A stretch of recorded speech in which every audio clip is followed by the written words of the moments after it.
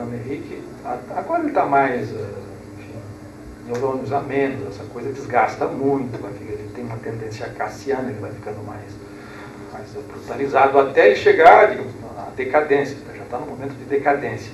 Decadência assinalada pelo próprio jornal Estado de São Paulo, que eu leio assiduamente, como um bom paulista, tem que ler Os Inimigos, é um bom termômetro, que consagrou-lhe o editorial. Onde é que o senhor anda, presidente, para dizer que num discurso contra o atual presidente da República, sobre a crise desse lugar de ladrão é na cadeia? Isso é observação de um ex-presidente, de um estadista, de um sociólogo. Isso nem o pior dos udenistas falava. O que é isso? Mas, para ver o grau zero em que eles chegaram, mas o discurso é sempre um discurso de dinâmica, estática, dinâmica, classes sociais, dominação, pacto de dominação, hegemonia, nunca abandonar isso. Então, isso faz parte, porque se fosse um discurso de direita trivial, as elites que recrutaram esses serviços estariam mal servidos, não adiantava nada, chegando molhado. Por isso que o Delfim é um péssimo ideólogo. O Delfim é bom quando ele escreve colunas justificando o Palocci para a direita. Mas se ele estivesse lá como ministro, seria um péssimo negócio. Então, ele nunca será isso. Ele puxa lá um pouco mais, voltando.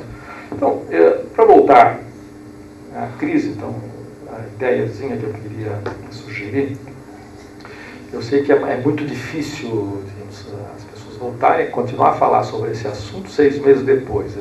Nós lembramos, depois, 3 ou 4 semanas depois do 11 de setembro, ninguém aguentava mais falar e havia N interpretações, até as esotéricas.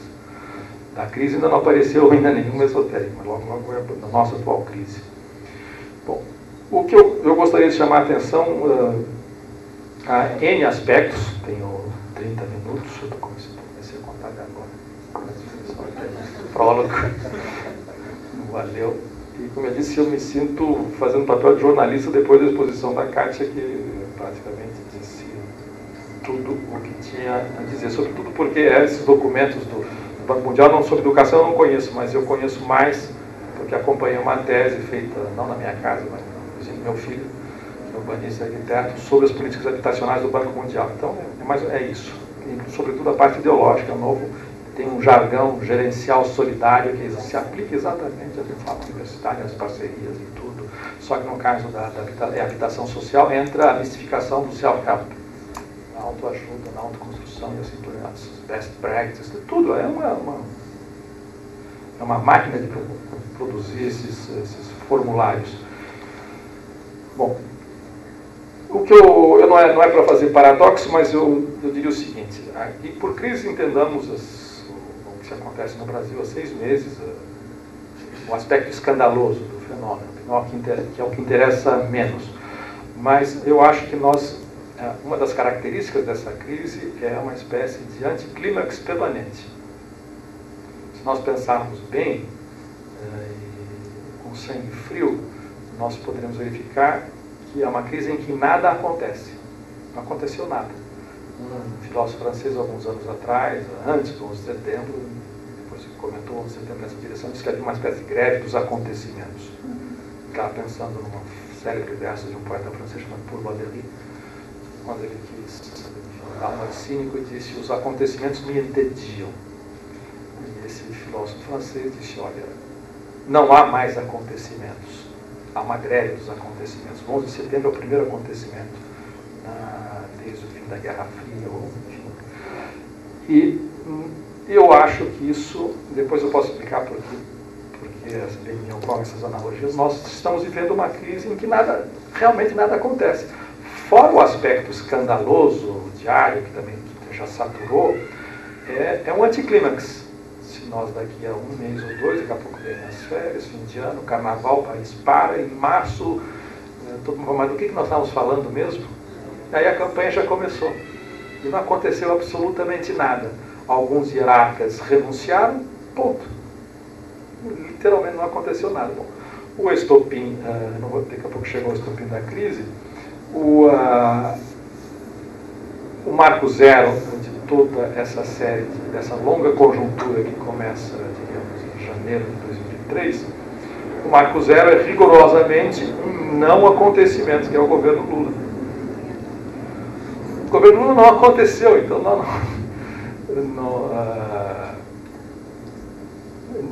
portanto, não se configura-se uma tragédia de um outro ponto de vista.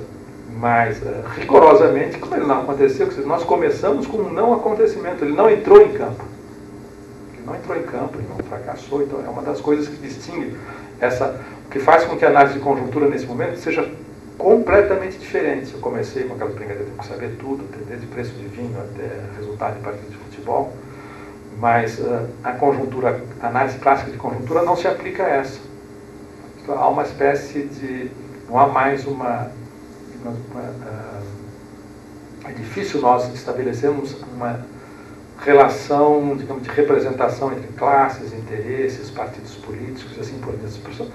Para termos uma ideia, que ninguém, a não ser que seja especialista no assunto, ninguém tem idade, eu acho, talvez, não sei, para ter acompanhado ao vivo o que foi a crise de 64. Eu era naquela época do movimento estudantil, morava no Rio, inclusive.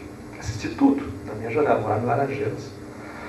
E assisti o Lacerda brigando com o Almirante Aragão, pelo megafone, um xingando o outro. Um pouco o Almirante Aragão emudeceu, em 1º de abril de 64. Significava que os Suzeleiro Amado tinham ido embora.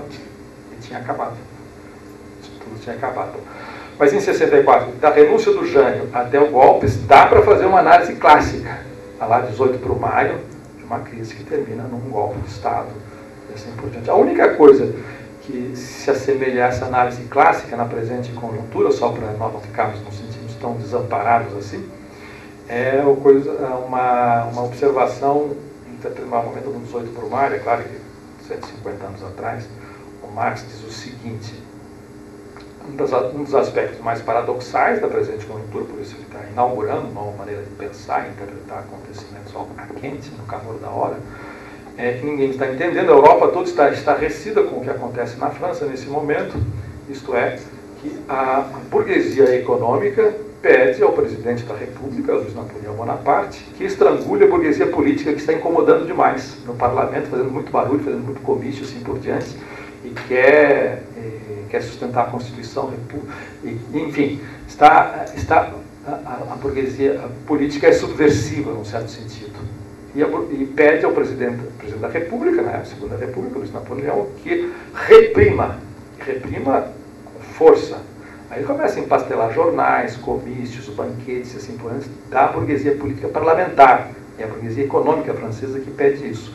A única coisa digamos, que nós temos a certeza que estamos ainda no mundo clássico é que desde o início, aliás, os americanos que não são bobos, a imprensa americana, 2 primeiras semanas da crise, tinha um artigo no New York Times dizendo o seguinte: o governo brasileiro, o ministro da Silva, fala muito isso, os ministros falam muito de uma conspiração, de um complô para impedi-lo, para o seu impedimento.